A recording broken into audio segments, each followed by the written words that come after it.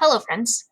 Um, Today's assignment is about conflict. Again, I know we talked about conflict yesterday, and that's okay. So, as you guys get into conflict, I want you to remember a couple things. We've talked about a bunch of different types of conflict. So, remember that conflict can be either internal or external. Internal means it happens with inside the character. External means it happens with the character and some other outside force. Okay, and then those two types of conflict get broken down into four main types of conflict. Four. Okay, we talked about these this year. Okay, man versus self, that's an internal conflict. Man versus society, that's an external conflict. Man versus man, that's an external conflict. Or man versus nature, that's an external conflict. And so when we say man, we just mean character. Okay, so as you guys are going through this tutorial, it will again ask you to read some type of selection from your novel that you chose. Remember, we didn't read a novel, we just read that short story. Okay, so that's the information you're going to use when you get to slide 14. It says, write down the different conflicts you noticed as you read the assigned portion of the novel. Not the novel, the short story. So in the possibility of evil, what types of conflicts did you see? Were they man versus man versus self, man versus society? Were they internal? Were they external? Okay, and what is the main conflict in the story? And did it happen when we were at the climax of the story? And then justify your answer.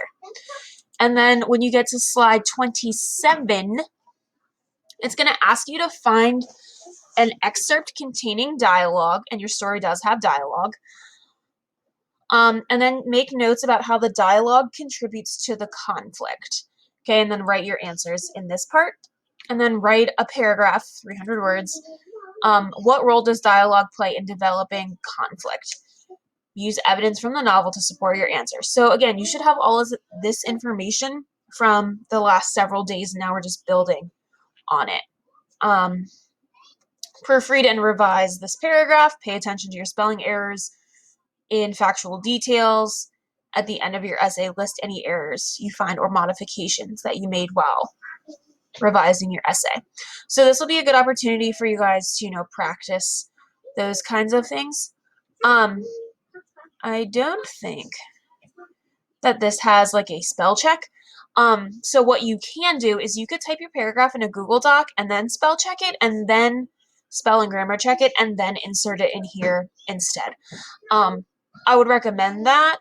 Like if you just type it here regularly and then copy paste it and then make all the corrections for part C.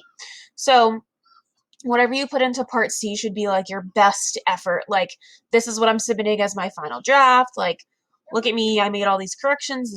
This is the most excellent paragraph I could have created for you, Mrs. Riggs. Right? So that's what goes there.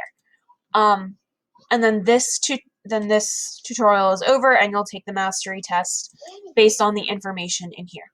All right. Again, if you need me, you can contact me via email, text, Google Voice, video chat. I'm available to you in all of those ways. If you need anything, make sure you let me know immediately.